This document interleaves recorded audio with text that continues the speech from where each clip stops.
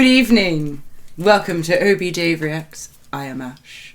And this is Obi Dave. We are in the professional modes. Professional voices. Professionals. We're here to react Professional to... what? Kind of a voice. Professional. Broccoli. You're a professional broccoli. I am. Wow. I'm sure that's a reference to something that I don't get. No. No? Not many people would get it, but it doesn't matter. What is it? It's by a YouTuber I watch. Who? I can't actually remember her name. You know what I'm like with names, but she's Big really fan. funny. I am a big fan. She even got broccoli tattooed to like the top of her lip. Someone will know. Yeah, someone will get it. I have been watching a YouTuber called Atozy for quite a while. Right. And he does commentary on lots of stupid people who ruin their lives for like idiot reasons, or people who are influencers that go viral for the wrong reasons, or scam artists and stuff. He's kind of like a YouTube commentator. Oh. But So he covers things like that one documentary you and I watched about that like influencer who got really famous, like paying for fake people on her account and things. I think he may have done something on that, because that was a while ago, wasn't it was ages ago, wasn't it? I don't know if it was him, but you showed me something like that, and it was so shocking to realise like how big this person had got from nothing. Yeah. Like, it was crazy. He covers a lot of the legal side of things. Oh. So he does, like, there was a TikToker who was running up behind people, just punching them in the head, filming it, and then he covers it. There was also like IRL streamer called what's he called, Somali something, who went to Japan. You may have seen it, and was like really disrespecting the culture. No, I've not seen it. Trespassing. Like, he did loads, and he got arrested. He fled the country and then went back and did more streaming, but he got punched in the face during a stream by Japanese people. So disrespectful to their culture. And then he ended up getting arrested. Good. I think he spent something like, might have been 3 months in prison, and he might even still be there, and so is his cameraman. Serves him right. Or it may have been that there was a certain fine after 3 months that he's paid and he's not allowed back in Japan or something. But he follows a lot of that. Okay. But he seems to have contacts who know, they get hold of legal paperwork, and then he sort of breaks it down for the layman sort of thing. Okay. So I watch him quite a lot. And this one came up, TikToker faces life in prison after this. So I just thought it sounds good. Yeah. Let's find out about it together. Yeah, definitely. So I don't know the context on this. It's literally been out for an hour at the time of us recording. He does really good breakdowns of things that you may have peripherally heard about a bit.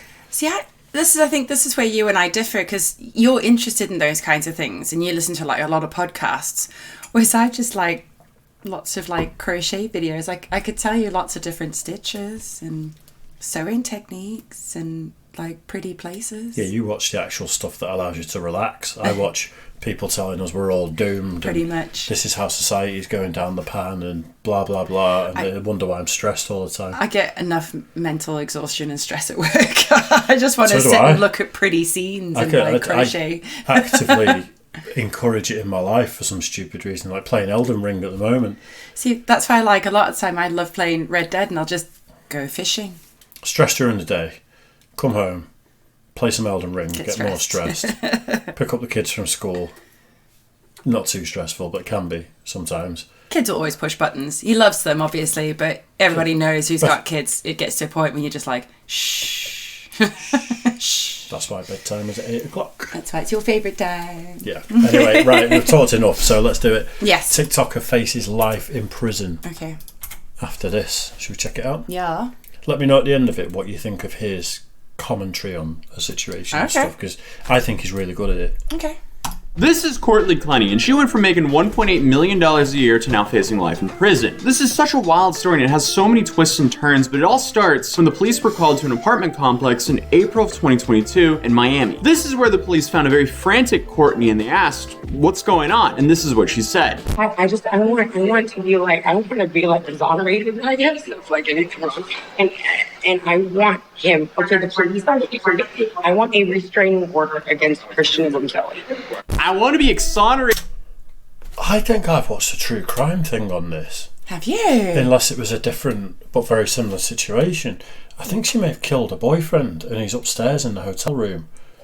And then the police get called and she says... I want to be exonerated. I think she maybe says... And then she says, I want a restraining order. I wonder if I'm confusing it with a different case, but I feel like she's killed her boyfriend. I feel like that. Anyway. I want a restraining order against Christian Gonzalez. I want to be exonerated of any wrongdoing sounds very off right away. And clearly something was massively off because just one day later, she ended the life of her boyfriend. Now, if it was intentional or in self-defense, that's up for a jury to decide. But what we know is Courtney was a TikToker, Instagram, and OF model. And at the time, she was apparently living with this boyfriend in Miami. But then some argument broke out and allegedly he was there without her permission. The police were then called and this is what unfolded. What you want to get to your? To talk. I'm not trying You want to to get into your apartment? Yes. Yes. Okay. Okay, but you told Time me I out. was Time supposed out. to Time out. Let me talk. Okay. I feel very like. What's your name? Courtney? Yes. Okay, Courtney. Why do you have something against me, man? Like I'm just trying to like. What is anything against you?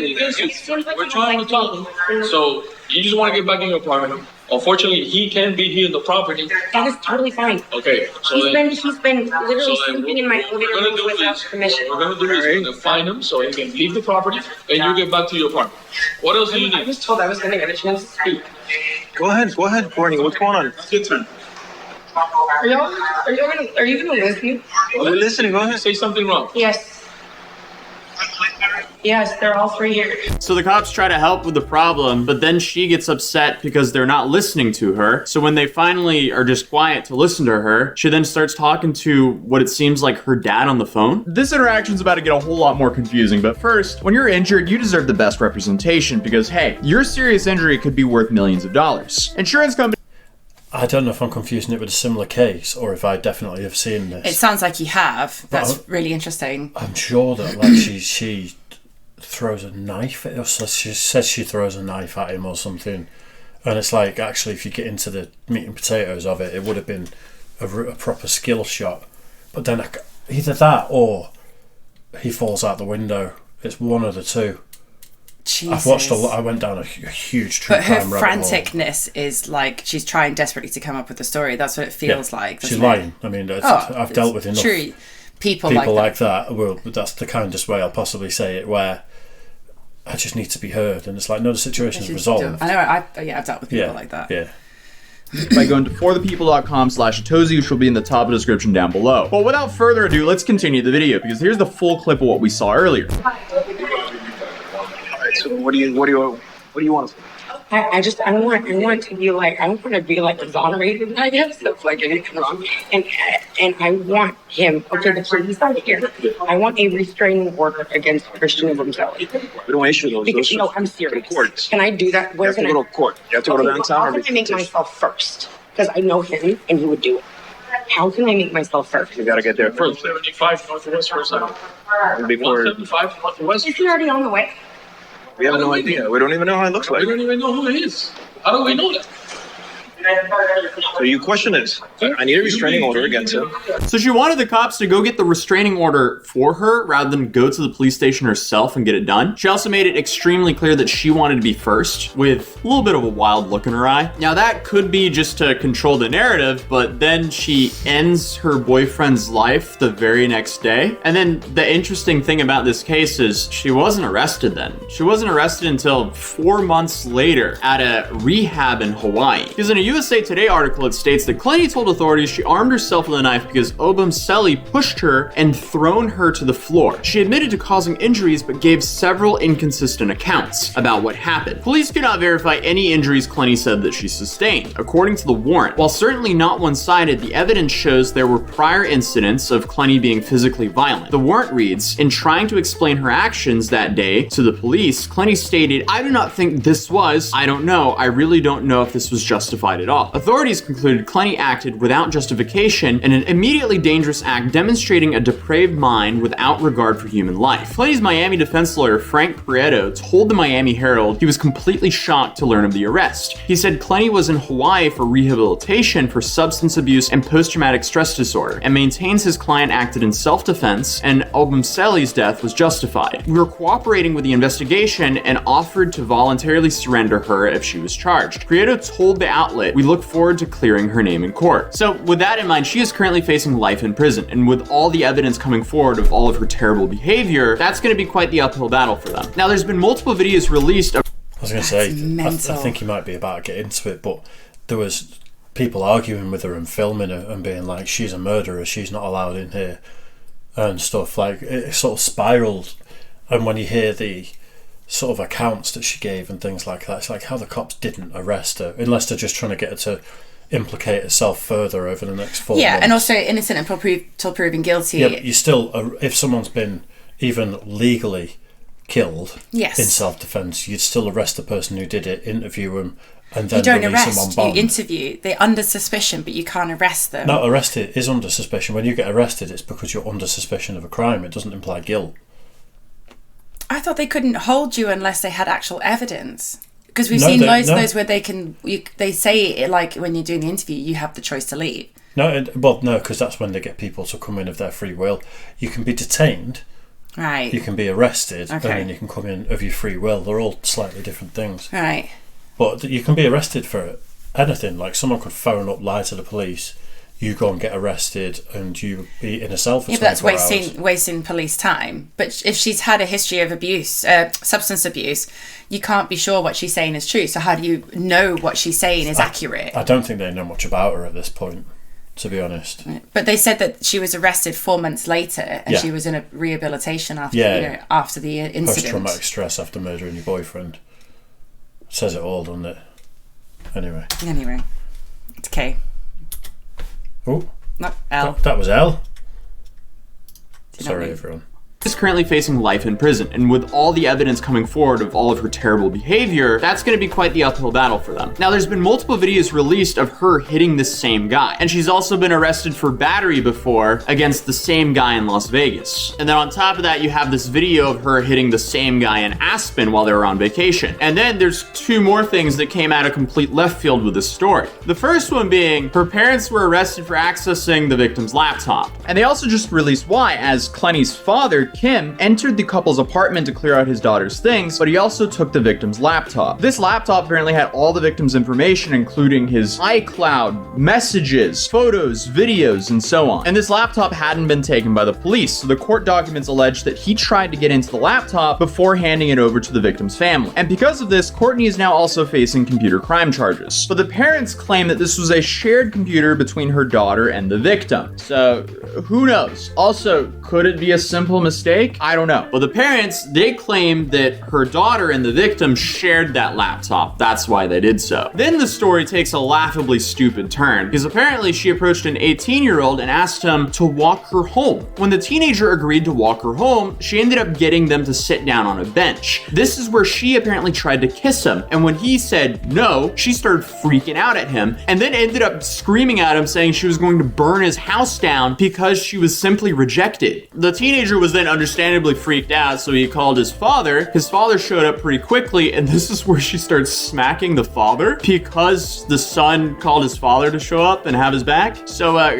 clearly a lot of things were off here. And what makes this worse is this is after she ended the life of her boyfriend. Not before, after. But after she started smacking the father, both the son and the father just left, and I guess simply assumed this is just some insane, intoxicated woman. And in a recent update, another friend of the couple, she came out and stated, hey, I've seen the woman hit the man multiple times, but I've never seen the man hit the woman. And what's also new to this story is that Courtney's parents were recently interviewed by TMZ. And here they say if her daughter didn't do that, it would have been her funeral. So here's a clip of that. Her funeral we were talking about, it would have been the other way around, for sure.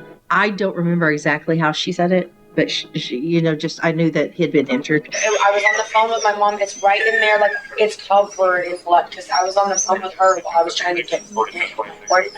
I didn't know it was serious at all. I just knew that if he was injured at all, she needed to call 911, and she did. Well, either way, it's in the hands of a jury right now. Overall, it is just an extremely depressing story, no matter how you look at it, but it's definitely going to be interesting to see what happens from here on out. But as you've noticed from this video, I've been traveling a lot this week, hence why I filmed half the video in my friend's apartment in Seattle and the other half here in this Airbnb in Whistler, Canada. My thumb didn't really survive the trip, but I did. And that's what's important. I'm also confused about my ribs. It's slightly hurting. But hey, either way, we'll get through it. I'm heading home now. So my next video will be back in the studio in front of my low budget talk show city skyline. And until then, I'll see you guys in the next video. Peace. That's really fascinating because she definitely comes across as a very abusive, toxic creature who is obviously thinks very highly and narcissistically of herself, and it seems like her parents are very narcissistic because they put her on this pedestal and created the monster. You can see exactly from my mum all where it's come from. Say 2 sentences. Oh, and yeah. Like, okay. That's where she's got it from. Yeah. It's I've definitely seen one of the true crime channels like Coffee House Crime or That Chapter or someone like that do this because they went more into the actual relationship and the background and stuff. And like loads of people just verified that he was a good guy. He wasn't abusive. Loads of mutual friends said that. She's a lunatic. Yeah, isn't she? sounds like she's Mom's made it clear that she's allowed to do whatever she wants because she's pretty. And then it's been validated by being an OF model that's making millions of dollars a year. And then that quiet, subdued little dad next to it. That's the kind of relationship she thinks she's supposed to have. Yeah. Hey, look, I'm not blaming the parents because when you are past a certain age, you can no longer blame your parents for your behaviour. But it does start off a particular type of personality. I think when you're a sound of mind adult after like 30 or whatever, you've got to stop going on about your parents. That being said, they're the most formative people for like the first 18 years of your life potentially. Yeah. And if you're brought up wrong, it can definitely facilitate certain mental illnesses, personality disorders and things like that. Absolutely, but that's not justification. No, it's not. It's an explanation, but it's also, like you're saying, like once you get to a certain age, you have the ability, the adult mind to go, this is wrong, or the people around you, and you think, actually, this doesn't feel right. Why am I doing this? Yeah. Unless you have a mental illness, which seems like she does. She's fully got some form of personality disorder. Yeah. Yeah. Yeah, definitely. Yeah. I've unfortunately had experience very close hand with people like that. Sadly, some of my family are this way. I've lived through very similar to what it seems like, where it's like, actually, I feel like I'm that close to surviving. Where like if someone picks up a knife or something in this situation, then you're going to have to whack. And then you get in trouble because you defended yourself. I know. But I just don't like dive out the window, about that. Run down the street naked, going, help me! Anyway. I help you. True face. Right then. Had to put a light spin on that. Sorry. The reason I queued that up is because I would have watched that anyway. And I love true crime. I'm obsessed with Bailey Sarian and stuff. He's a YouTuber that I like and watch regularly. And it's just the fact that he gets into the legal side of it, which if you watch some of his other videos, he goes in depth, really. But that's why I said to you, I like Bailey Sarian because she talks about the whole back history, like their childhood, their like symptoms of it developing in early childhood and teenage years, and like their earlier crimes that are not classed as crimes or they get away with. I love stuff like that. It's the same as like you and I enjoy watching like interviews. Interrogation. Oh, it's so fascinating. I absolutely love it. So fascinating. The human mind is a crazy place. I just can't watch any that involve kids. I know. Like when it's a child murderer or predator or anything like that, I actually can't watch the interrogation footage. I get that. You just want to reach into the screen. Anyway, cheers for that one, guys. Make sure you like and subscribe as always, and we'll see you all soon. Bye, guys.